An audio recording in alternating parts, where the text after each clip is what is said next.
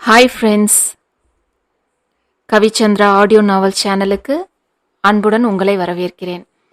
சேனலை சப்ஸ்கிரைப் செய்யாமல் தொடர்ந்து கேட்டுக்கொண்டிருக்கும் நண்பர்களே, உங்களது சப்ஸ்கிரிப்ஷன், லைக்ஸ், ஷேர்ஸ், கமெண்ட்ஸ் எங்களை அடுத்த நிலைக்கு கொண்டு செல்வதோடு உங்களுக்காக இன்னும் புதிய முயற்சிகளை செய்ய வைக்கும்.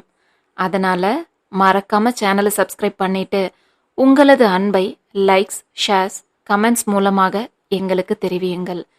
கதைகளை தொடர்ந்து நீங்கள் கேட்க விரும்பினால் அப்படியே பக்கத்தில் இருக்க பெல் பட்டனை கிளிக் பண்ணுங்க. வாங்க கதைக்குள்ள போகலாம். தழல் 14. தமயாவின் அறை கதவை லேசாக தட்டிவிட்டு உள்ளே வந்தார் சரோஜா. வாங்க ரோஸ், நீங்க தான் வருவீங்கன்னு நினைச்சேன் என்று சிறு புன்னகையோடு அவரை தமயா வரவேற்க அவளை வியப்பாக பார்த்தபடியே நின்றவர், நிஜமாகவே உங்களுக்கு சேலை கட்ட தெரியாத பாப்பா என்று நம்ப முடியாத குரலில் கேட்டிருந்தார் சரோஜா. கிராமத்து பெண்மணியான அவருக்கு சேலை கட்ட தெரியாமல் ஒரு பெண் இருப்பதெல்லாம் வியப்பாக தான் இருந்தது.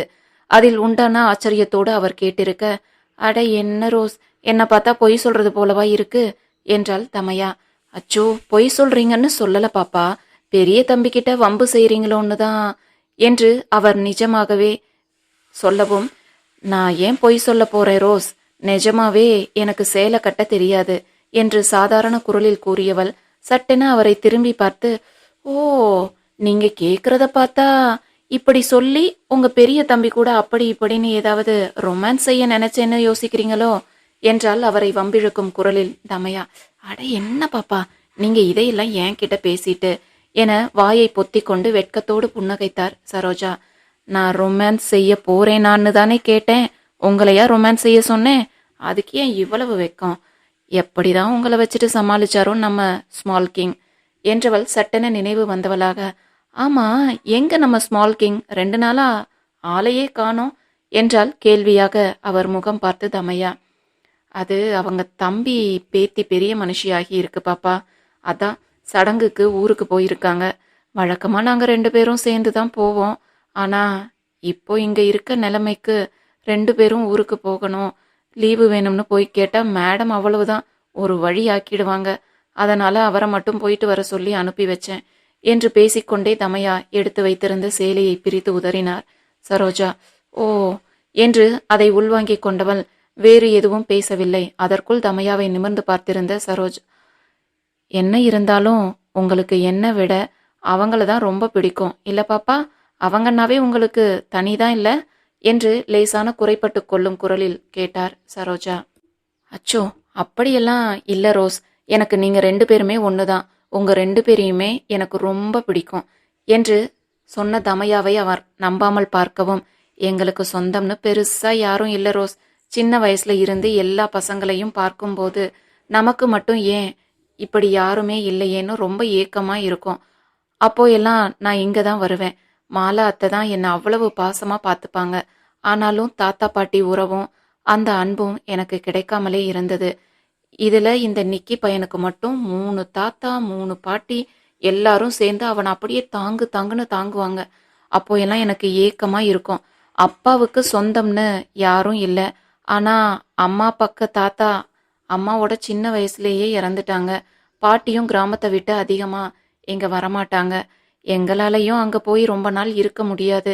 எப்பவாவது பண்டிகை விசேஷம்னு போனா கூட 2 இல்ல 3 நாள் தான் அம்மா எங்களை அங்க தங்க விடுவாங்க. அப்பா இங்க சாப்பாட்டுக்கு கஷ்டப்படுவாங்கன்னு சொல்லி கூட்டிட்டு வந்துருவாங்க. இதுல தாத்தா பாட்டியோட அன்பு, அக்கறை, கண்டிப்பு இதெல்லாம் எப்படி இருக்கும்னே எனக்கு தெரியாது ரோஸ். அப்போ அந்த அன்பை எனக்கு அளவில்லாம கொடுத்தது நீங்க 2 பேரும் தான். உங்க 2 பேரையும் எனக்கு ரொம்ப பிடிக்கும் என்றால் விளக்கமாக தமையா.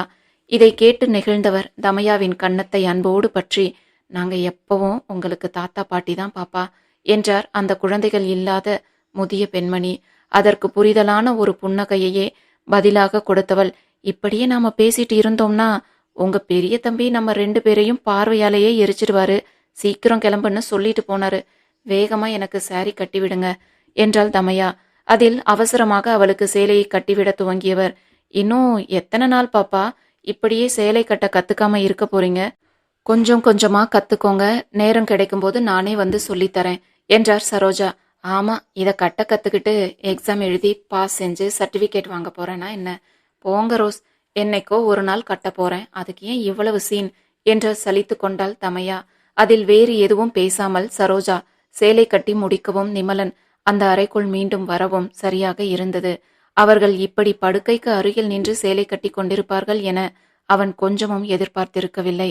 அதில் ஒரு நொடி தடுமாறி நின்றவன், நல்ல வேலையா 5 நிமிஷத்துக்கு முன்ன வரல என்று எண்ணியவாறே தன் பார்வையை திருப்பிக் கொண்டு நகர, ஐயோ, பேச்சு சுவாரஸ்யத்துல அந்த ரூமுக்குள்ள போக மறந்துட்டேனே என மானசீகமாக தலையில் அடித்து கொண்டாள் தமையா. நிமலன் உள்ளே நுழைந்ததுமே, சரி பாப்பா, நான் வரேன் என்று அவசரமாக சொல்லிவிட்டு சரோ வேகமாக வெளியேறி இருக்க, சலித்து கொண்டவாறே சென்று நிலை கண்ணாடியின் முன் நின்று நகைகளை எடுத்து அணிய துவங்கினாள் தமையா.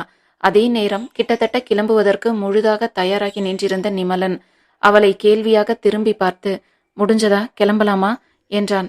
அதில் சரி என்று தலையசைப்போடு அவனை திரும்பி பார்த்தவாறே கம்மலை போட முயன்றவளின் திருகாணி கீழே விழுந்து எங்கோ சிதறியது. இதில் பதறி தமையா கீழே குனிந்து தேட முயலவும், அதே நேரம் தன் காலருகில் வந்து விழுந்திருந்த திருகாணியை எடுத்து அவளிடம் நீட்டினான் நிமலன்.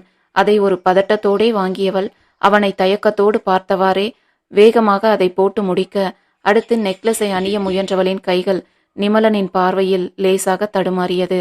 அதில் ஹூக்கை மாட்ட முடியாமல் அவள் திணற, இதில் எங்கே அதையும் கீழே போட்டு விடுவாளோ என்று வேகமாக அவளை நெருங்கி அதை தன் கையில் வாங்கி இருந்தான் நிமலன். தன் போக்கில் அவளை திருப்பி நிற்க வைத்து அதை அணிவிக்க முயன்றான். அவனின் செயலில் உண்டான திகைப்பில் தமையா நின்றிருக்கும் போதே அவளின் இடையை கடந்து அடர்த்தியாக படர்ந்திருந்த கூந்தலை தன் வலக்கரம் கொண்டு கழுத்தின் ஓரம் ஒதுக்கிவிட்டவன் அதை அவளின் தோள் வழியே எடுத்து முன்னே போட்டான். இதில் கழுத்தில் அழுத்தமாக உரசிய அவனின் விரல்களின் ஸ்பரிசத்தில் அசைய மறந்து விழிவிரிய நின்றுவிட்டவளின் இதயம் தடதடத்தது. ஆனால் அதையெல்லாம் கொஞ்சமும் கண்டு கொள்ளாமல் தன் வேலையிலேயே கவனமாக இருந்த நிமலன் ஆங்காங்கே ஒட்டி கொண்டிருந்த கூந்தலையும் தன் விரல் கொண்டு ஒதுக்கிவிட்டு கொண்டிருந்தான். இதில் மனம் படபடக்க நின்றிருந்தவளின் கழுத்தில் நெக்லஸை அணிவித்து முடித்தவன், ஹூக்கு ரொம்ப சின்னதா இருக்கு, கழட்டும் போது சொல்லு, நீயே கலட்டுறேன்னு உடைச்சு வச்சிடாத என்றவன் வேகமாக வெளியேறி இருக்க, அவன் சென்ற திசையையே கொஞ்சமும் திகைப்பு மாறாத நிலையில் பார்த்து கொண்டு நின்றிருந்தாள் தமையா. அவளுக்கு இப்போதும் கூட திடீரென நிமலன் அப்படி நடந்து கொண்டதில் உண்டான அதிர்வு கொஞ்சமும் குறையவில்லை. நேரமாவதை உணர்ந்து வேகமாக தயாராகி வந்தவளை முறைத்து கொண்டு வரவேற்பறையில் அமர்ந்திருந்தார் சூரியகலா. காலையில்தான் மாதவியின் வீட்டிற்கு விருந்துக்கு செல்லும் விஷயத்தை பற்றி அவரிடம் சொல்லி இருந்தான் நிமலன். சூரியகலாவுக்கு இதில் கொஞ்சமும் விருப்பமில்லை என்றாலும் தலைவர் வீட்டிற்கு வருவதாக சொல்லிவிட்டு இப்போது மறுத்து பேசுவது சரியாக இருக்காது என்று புரிந்தே அமைதியாக இருந்தார். அதை புரிந்தாற்போல், வெளி உலகத்துக்கும் நாம இதன் நிஜ கல்யாணம்னு காண்பிக்கணும் இல்ல பாட்டி, தலைவர் வீட்டு விருந்துன்னு கண்டிப்பா நியூஸ் வரும், அது நமக்கு நல்லதுதான் என்றான் நிமலன். என்னமோ சொல்ற, ஆனா எனக்கு தான் மனசு சமாதானமாகல. சரி, உன் விருப்பம் என்று அவர் முகத்தை திருப்பிக் கொண்டார். இதற்கு மேலும் இதை பற்றி பேசி நேரத்தை வீணாக்க விரும்பாத நிமலன் அமைதியாக கிளம்பிவிட்டான். நிகிலன் ஊருக்கு கிளம்பி 2 நாட்கள் ஆகிறது. அதில் வேறு யாரிடமும் புலம்ப கூட முடியாமல் சூரியகலா அமர்ந்திருக்கும் போதுதான் மேலே இருந்து இறங்கி வந்தாள் தமையா. அதில் அவளையே கோபமாக முறைத்து கொண்டிருக்க, அந்த பார்வையில் லேசாக தயங்கினாலும் அவரை கண்டு கொள்ளாமல் சென்று விட்டாள் தமையா. மாதவி சொல்லி இருந்தது போல் நேராக கோவிலுக்கு தான் முதலில் சென்றான் நிமலன். அவனை கேள்வியாக பார்த்தவாறே இறங்கியவளை உள்ளே வா என்பது போல சைகையில் சொல்லிவிட்டு நிமலன் சென்றுவிட, இங்கு எதுக்கு என்பது போல் பார்த்தவாறே அவனை பின்தொடர்ந்தாள் தமையா. அந்த கோவிலின் வாயிலில் வந்து நின்றவனுக்குள் பல்வேறு நினைவுகள் முட்டி மோத துவங்கியது. தங்க கொலுசு அணிந்த அந்த பாதங்கள் அவனை சுற்றி ஓடி வந்த காட்சி இன்றும் பசுமையாய் மனதில் வந்து நிற்க, விழிகளை அழுந்த மூடி அந்த நினைவுகளை உதறியவாறே கோவிலுக்குள் நுழைந்தான் நிமலன். அவன் மன ஓட்டம் புரியாமலே நிமலனை பின்தொடர்ந்து உள்ளே சென்றாள் தமையா. நிமலன் வீட்டில் இருந்து கோமகனின் வீட்டிற்கு செல்லும் வழிக்கு நேர் எதிர் திசையில் இருந்தது இந்த கோவில். கார் கோமகன் வீட்டிற்கு செல்லும் பாதையில் திரும்பாமல் வேறு திசையில் செல்லும் போதே தமையா அதை பற்றி கேட்டிருந்தாள். ஆனால் அவளின் எந்த கேள்விக்கும் பதில் சொல்லாமல் காரை ஓட்டிக் கொண்டிருந்தவன் இப்போது, கோவிலுக்கு தான் போகணும்னா வழியில எத்தனையோ கோவில் இருக்கே, இங்க இவ்வளவு தூரம் ஏன் என்று தோன்றிய கேள்வியோடே அவன் பின்னே சென்றாள் தமையா. அது அந்த பகுதியில் கொஞ்சம் பிரபலமான கோயில். எப்போதுமே கூட்டம் அதிகமாக இருக்கும். இன்று விசேஷ நாள் எதுவும் இல்லை என்பதால் கொஞ்சம் குறைவாகத்தான் கூட்டம் இருந்தது. பூஜையை நிறைவாக நின்று பார்த்து முடித்த இருவரும் பிரகாரத்தை சுற்றி வரவும் அங்கிருந்த கோவில் குளத்திற்கு அருகில் வந்த நிமலனின் கால்கள் அப்படியே நின்றது. அவனின் நினைவுகள் முழுக்க அந்த தங்க கொலுசு அணிந்த கால்களை இந்த குளத்து படிகளில் பார்த்ததையே சுற்றி வந்து கொண்டிருந்தது. லேசாக தூக்கி பிடித்த பட்டு சேலையோடு கலகலவென சிரித்துக்கொண்டே ஓடிக்கொண்டிருந்தவளின் சிரிப்பொலியை கேட்டே அன்று பார்வையை திருப்பியவனின் விழிகளில் முதலில் தென்பட்டதென்னவோ அந்த கொலுசு அணிந்த கால்கள்தான். வெண்ணையில் கடைந்து எடுத்தது போலான அந்த கால்களின் தங்க கொலுசு அத்தனை பாந்தமாக பதிந்திருக்க அதை தன்னை மீறி உண்டான ஈர்ப்போடு பார்த்திருந்தவன் ஏதோ ஒரு உணர்வில் அந்த கால்களை பின்தொடர்ந்து செல்ல குளத்தின் படிகளில் துள்ளி குதித்து இறங்கியது அந்த பாதம். தன்னை சுற்றி இருக்கும் அனைத்தும் அந்த நொடி அவனுக்கு மறந்து போக உலகமே மறந்தது போலான மோன நிலையில் அவனும் அந்த கால்களுமே இந்த உலகத்தில் இருப்பது போலான மனநிலையோடு அந்த பாதத்தை பார்த்திருந்தான் நிமலன். ஒரு கட்டத்தில் ஓடுவதை நிறுத்தி குளத்தின் இறுதி படியில் நின்றவாறே குளத்தில் இருக்கும் மீனுக்கு தன் கையில் இருக்கும் பொறியை அவள் தூவிக் கொண்டிருக்க அவளை நெருங்கி அவளுக்கு அடுத்த படியில் பின்னால் நின்று இருந்தான் நிமலன். அதே நேரம் பொறியை தூவி முடித்திருந்தவளும் மேலேறி செல்ல எண்ணி திரும்ப, என்னாச்சு, ஏன் இங்கேயே நின்னுட்டீங்க என்று லேசாக நிமலனின் தோளில் தட்டி கேட்டிருந்தாள் தமையா. அதில் ஒரு நொடி எதுவும் புரியாமல் விழித்தவன் பின் தலையை உதறிக்கொண்டு அவளை பார்த்தான். வழக்கத்திற்கு மாறான அவனின் இந்த பார்வையில் இருந்த அந்நிய தன்மையைக் கண்டு விழிகளை சுருக்கி, "ஆர் யூ ஓகே?" என்றாள் தமையா.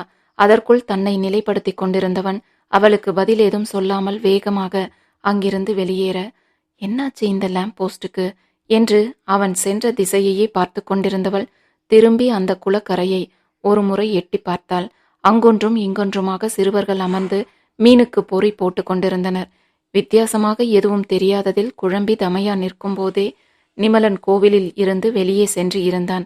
அதே நேரம் அவனை திரும்பி பார்த்திருந்தவள், "ஐயோ, லேம்ப் போஸ்ட் விட்டு போனாலும் போயிரும்" என்று சொல்லியவாறே அவனின் பின்னே ஓடினாள் தமையா. கோமகனின் வீட்டை நோக்கி சென்று கொண்டிருந்த காரில் பேச விருப்பம் இல்லாமல் நிமலனும் பேசுவதற்கு ஆள் இல்லாமல் தமையாவும் அமர்ந்திருக்க அடுத்த 1 மணி நேர பயணம் அமைதியாகவே கழிந்தது.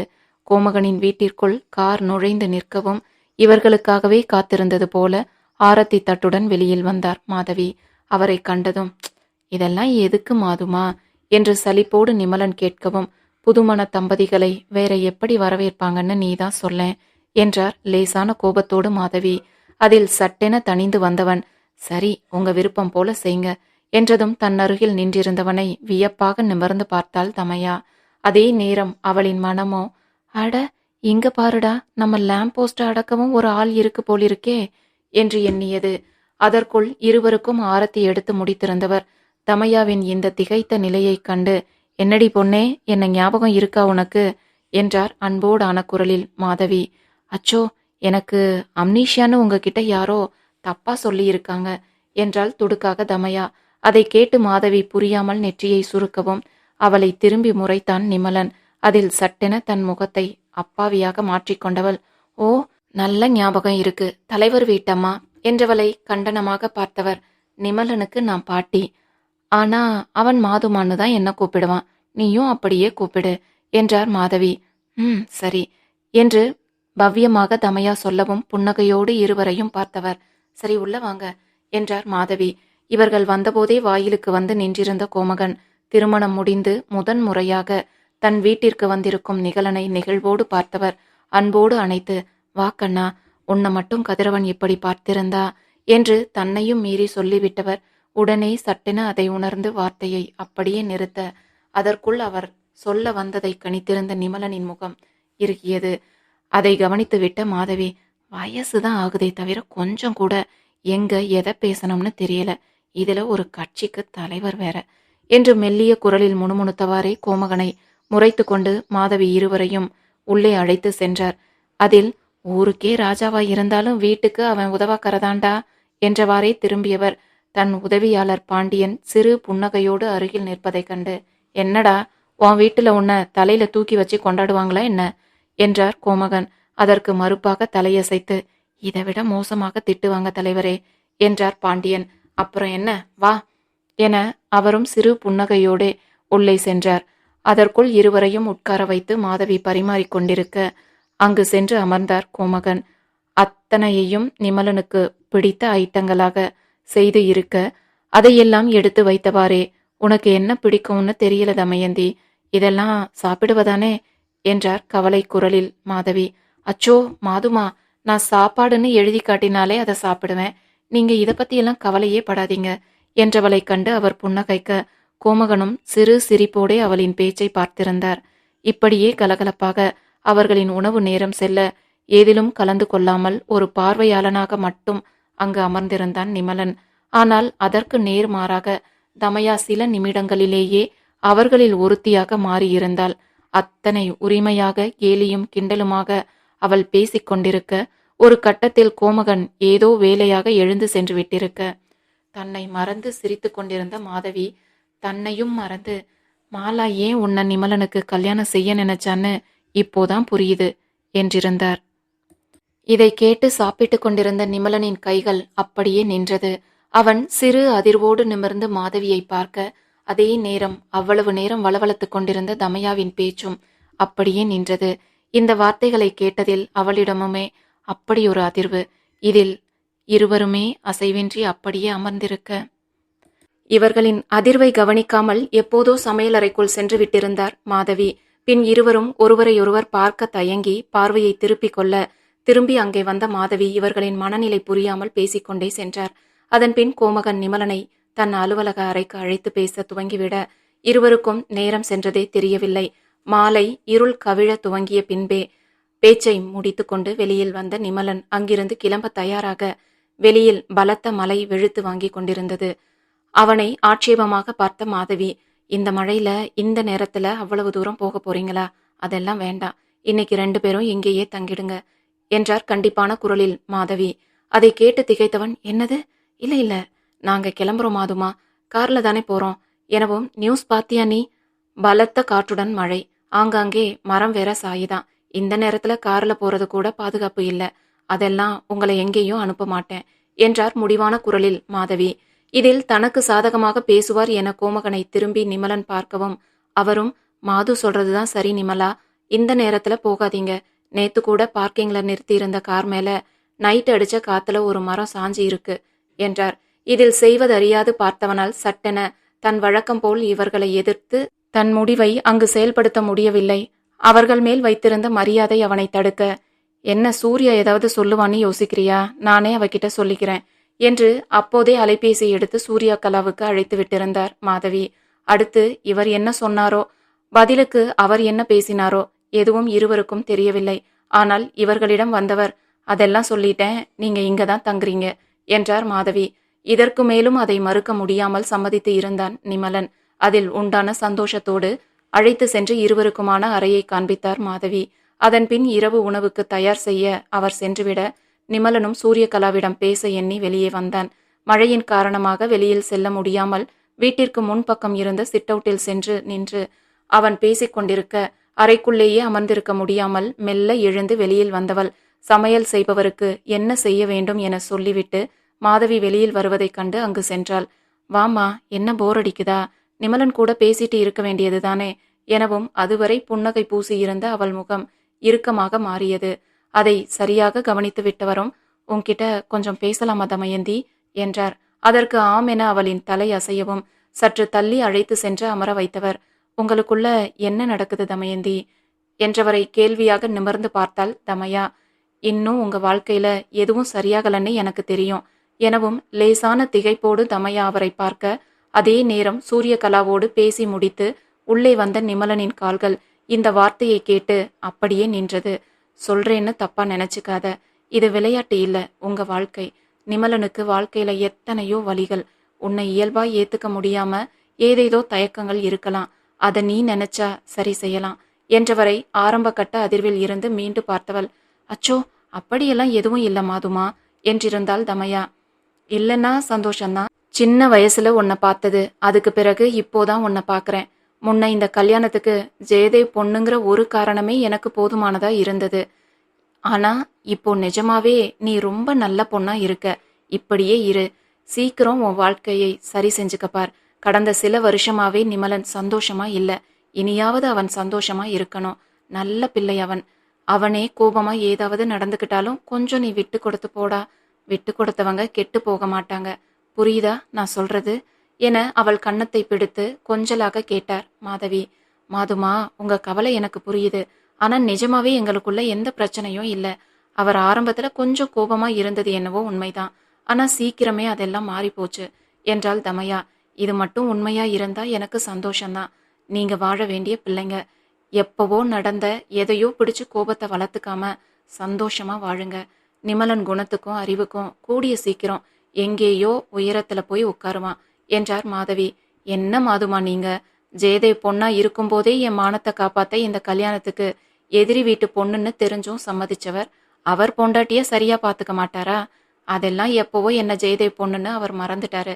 இப்போ நான் நிமலன் பொண்டாட்டியாக்கும் என்று சேலையில் இல்லாத காலரை தூக்கி விட்டு கொண்டே பேசியவளை புன்னகையோடு அவர் பார்த்திருக்க, சற்று மறைவாக நின்று தமையாவையே தான் பார்த்திருந்தான் நிமலன்.